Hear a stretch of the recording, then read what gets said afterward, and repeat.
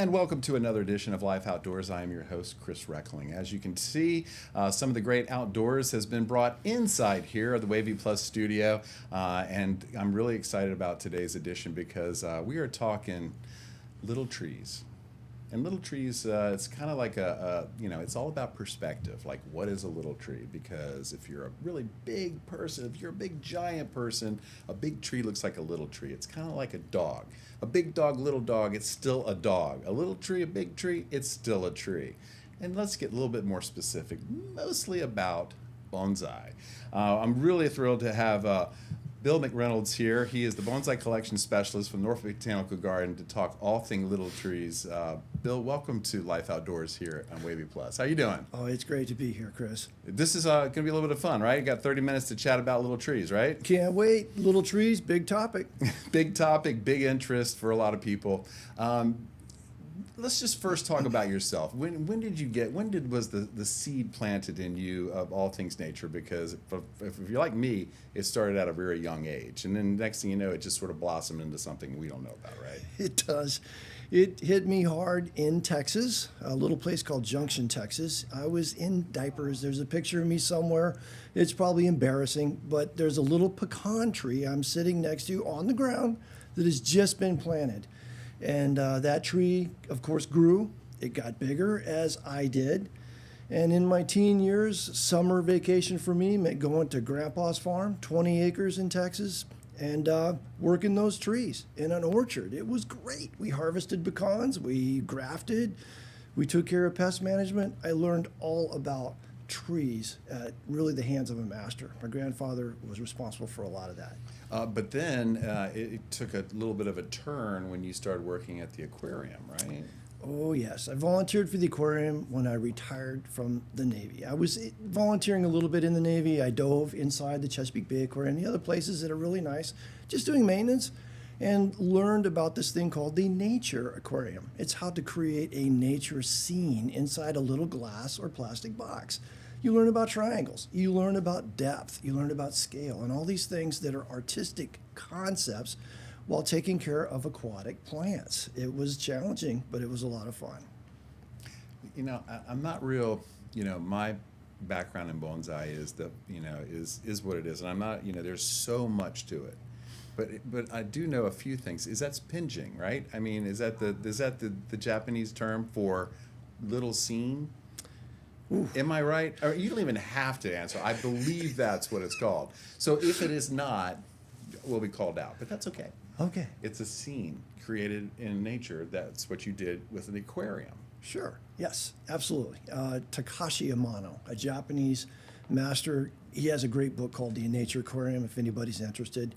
And it discusses those artistic concepts, working with plants, and how to build a scene that's believable, a landscape in this case. They're fantastic, powerful scenes, and it's a great way to learn about art too, in a way that if you like horticulture, will get to you. And natural art, which gets us to your current position at Norfolk Botanical Garden, Bonsai Collection Specialist.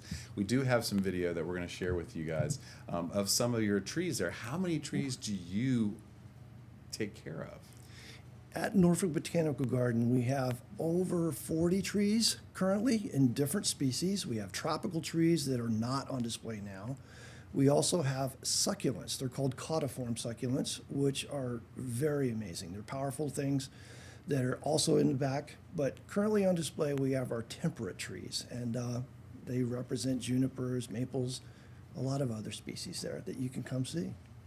Okay, so what are we looking at right now? These are just a few of your babies. Oh, yes, they are. And that's a juniper. It's a Japanese garden juniper. It's planted on a piece of Appalachian sorts, North Carolina, mountain rock, believe it or not. It's a natural scene. Trees tend to grow in rocks in mountainous areas and cracks in rocks and other things. That one gets a lot of attention. People are kind of curious, like, how did you do that? And it is difficult. It's a challenge. There's some technical aspects to this, too, to figure out to make it happen. And that's a beech. That's one of our American beech trees right there, one of our oldest trees in the collection.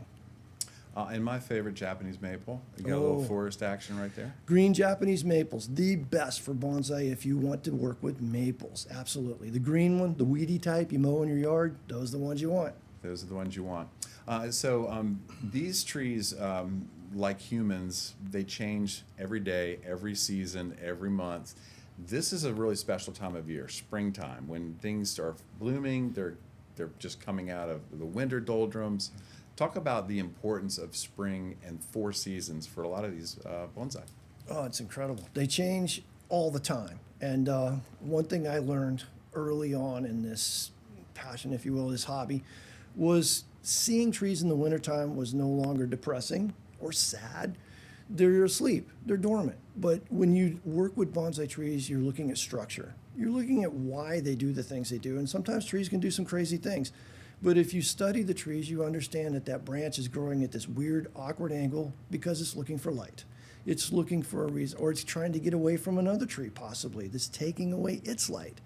Understanding that helps you to form a concept and understand what you're doing when you're building a bonsai tree. You're making one happen that looks like a real tree. And wintertime is critical for a lot of reasons. The tree needs to go dormant, and then we as humans who maybe study trees, that's when you really need to look at the trees and look at the structure and look at the branching. Sometimes I feel like the wintertime is more interesting. I agree. You know? I mean, once the leaves have fallen, then you can really see the structure of a tree. Yes. Of course, if it's an evergreen. That boxwood, she doesn't drop her leaves. She doesn't drop.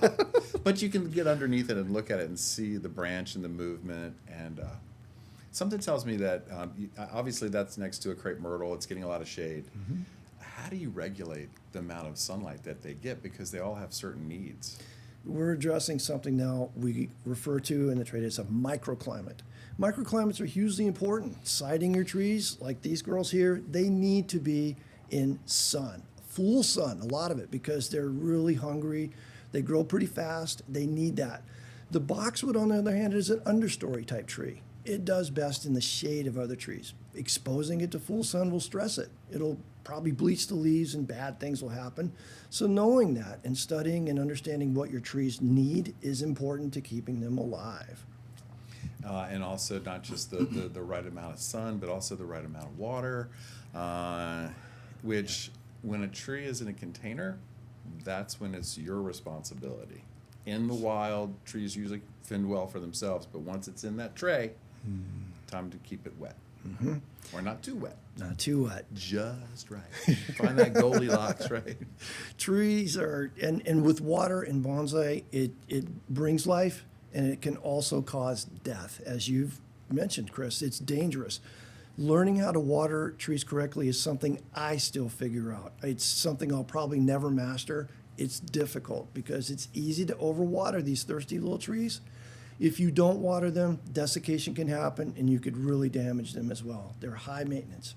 They are high maintenance, but they give back so much in so many different ways. The joy of bonsai and little trees is alive. We're going to take a quick break now with Bill McReynolds, and we'll talk more about some specific trees that he's brought in studio.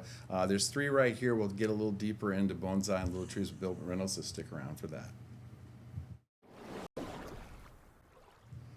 And welcome back to Life Outdoors. I'm your host, Chris Reckling. We are here with Bill McReynolds, who is the Bonsai Collection Specialist at Norfolk Botanical Garden. We are talking little trees with Bill. And Bill, in the first segment, you mentioned you got a little specific about certain needs that trees need. We're going to dive a little deeper into 3 trees and more trees. I asked you to tell me some stories. I know you have trees that have a story. And right here, right now, you can see there are actually 3 trees on set with us. Which one is that right there? We are looking at an American beech tree. And it was, do you want to know the story? Give me the story. It's coming. All right. That one was collected from the wild in Gloucester, Virginia. It was this tiny little stick. It was out in the woods. It was kind of a hunt club situation. It's a farm. We have a guy that curated that site, and we were invited in the spring to collect cool trees. And I saw this little thing and knew it had something special going for it. And it's turned into a tree style we call literati, which is kind of, wavy, nice, interesting. Dr. Seuss trees, some people call them, because they look a little lyrical and interesting. But she's a great representative of that one. And beautifully yellow in the fall. Oh, absolutely. And they hold on to their leaves all winter long. When the new buds come out, that's when they drop their leaves. So that tree's got kind of yellowy brown leaves basically all winter. You know what? I have a sugar maple that does the same thing. It's like, when are those ugly leaves going to drop off? I mean, they just look like, ugh, you know, they just like, please drop. And then the last second they drop, boom, new ones come out. Yeah. And I told you about this. Let me just tell you about that. It's one of my favorite trees. I got it from the Arbor Day Foundation about 25 years ago. It came to me in an envelope, and I kept it in a container. And it got to a point where it just wasn't real pretty. It was about 4 feet tall. It was not, I didn't like it. So in February, I trunk chopped it, and it just recently sent out new growth. And I wasn't sure. It's scary, isn't it? Are you going to come back? You know, and What I was have I done? And I was like stoked. I was like, oh my gosh, here it's coming back. And now who knows what's going to happen, right? Because it's ugly, but that's just the part of it, right? The journey begins. The journey begins, and it's just one of those things where you're learning more. Okay, so we also have some video of this beautiful bald cypress. Oh my goodness. Now this girl is a showstopper. Literally, in 2024, I judged the Virginia Bonsai Society's annual show, and that tree right there, that's a bald cypress, won Best in Show. It's an older gentleman. He's in his 90s, and this is getting to be a bit much for him to manage. That's a pretty sizable tree. Carrying it in here, we had a heavy-duty cart, and he donated it to the Norfolk Botanical Garden here for this show. She proudly wore her ribbon for 2024 during the show, you know, kind of her encore performance, if you will. We're very lucky to have her. She started her career in 1999. She was dug up basically as a little baby thing, has since grown out to what she is now, and has been in continuous bonsai development for basically over 25 years now. And it has 25 more years in it. At least. If not 50. These. And sometimes when you treat a tree the way this tree is getting treated, it'll live longer than one in nature because it's really getting all its needs. Yes. All its needs are met. I have some growing from seed right now and some seedlings, and they grow quickly. If you keep them in water, they grow. Yes. How much growth will you see in a tree like this? Obviously, the needles, the ends we'll see, but do you witness any growth from year to year? Not at this point. Lot of heavy growth, but we see the fronds growth. It turns into a shrub. Honestly, if you're to leave it alone, it would turn into this bush. Yeah. So we have to maintain it, Yeah. stay on top. You know, she goes to the bonsai salon, gets groomed, comes out, looks like $1 million, and she's ready for display again. Okay, and right there in front of you, and you can pull this one right here in front. Yeah. And just tell us about that, because I do have video, but we're going to have to sit through the beech and the bald cypress. You know, you mentioned the beech you collected in nature. That's a collection right there. You found this. Yes. Tell us about it. Okay, this one here, we're talking about the Virginia creeper, right? Oh my goodness. Now this one, I brought this just to kind of prove a point. This is a vine. It really is. It's considered to be an annoyance. It's in your yard. This one was no different. It was growing into the, vinyl siding of my house, which they tend to do. And it was destined to go into the clear yard bag for, hauling off. That's a weed. Let's get rid of it. But then as I dug it up, I noticed there were some interesting qualities about it. And for one, it was a little larger than I expected. And two, I know this species grows extremely well in our climate. It's not fussy, and it's small. It's always going to be a little thing. You can hold this with one hand. Anyone can pick it up just about, and it's just makes you feel kind of nice, and it's interesting. Go ahead and hold it up for the camera. We can't really quite get to it with the video. It just takes a little bit longer. But see, there it is. It's got nice branch structure. It's got a nice trunk. It's got some movement and twist. It's kind of like, little trees, and I mentioned dogs, little dogs. It might be a mutt in the plant world. Yes. I mean, it's a vine, and people don't like it, but you can turn it into something pretty. It doesn't flower, but it's interesting, right? It is very interesting. And like I say, it can be grown in a very small place with very little investment. And a lot of people associate bonsai trees sometimes, unfortunately, with trees that cost like so much money. This one was brought in as counterpoint to that. Pretty much anybody can find these things anywhere. They grow like crazy around here. And with a little time and some care, you can get something that just makes you feel nice to look at and to have, and it'll grow like crazy for you. Yeah, and that's the joy of little trees and bonsai, is that you just never know where it's going to take you, and you have something like that that's usually looked at as a weed, as a mutt, and it's beautiful the way it's presented. So we're going to take a short break. We'll come back and we'll talk more with little trees with Bill, and we'll also give a shout out to the Virginia Bonsai Society, so stick around for that.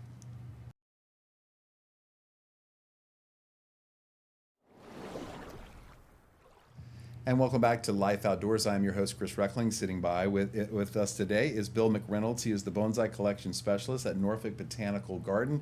And so far we've covered some ground with little trees, and this segment is going to be a little bit more about people, how they get their start and how they learn more, because this is something that you're like a tree yourself. You're never finished. There's always something to learn. You will always grow.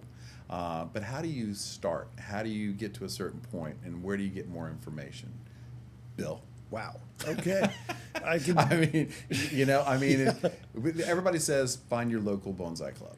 Absolutely. It's huge. I mean, everyone goes online these days. They look at things, and the online thing is important. I get that. And for very specific information that you're looking for, it can be a great help. But when you look at trees online, you look at stuff on your computer, it's flat. And it doesn't give you the same power, the depth, and what is really happening with that tree that you can get with a face-to-face experience with people that grow trees in your area. The Virginia Bonsai Society is where I started. 2009, I showed up at that meeting. It was great, and I learned so much so fast. By 2011, I was the volunteer coordinator for the VBS for their brand new display at Norfolk Botanical Garden. And there it was just a volunteer thing. And it grew from that point on. And my journey was really set. But to begin this, to have any chance of success, I strongly encourage, totally recommend, just go to a meeting, see what you think, and ask questions. You know, be curious, and maybe bring a tree if you're interested in maybe making that a bonsai. They'll give you an honest answer. Yeah, and many of the trees that you see at Norfolk Botanical Garden were all donated, and it all started with the Virginia Bonsai Society there. So it's a nice little thing y'all have going on there. Mm-hmm. And recently, and each year, the Virginia Bonsai Society has their annual show. They recently had it at Norfolk Botanical Garden. And there's the Best in Show. What a beautiful tree. Oh my goodness. Japanese white pine, absolutely powerful. They're hard to grow in this area, so that automatically gets you consideration. And to have one that looks that green, that pretty, that healthy. There's a little lichen in there just for some interest. It's mossed. It's just gorgeous. And, you know, seeing that stand out, it's just you want to have that tree.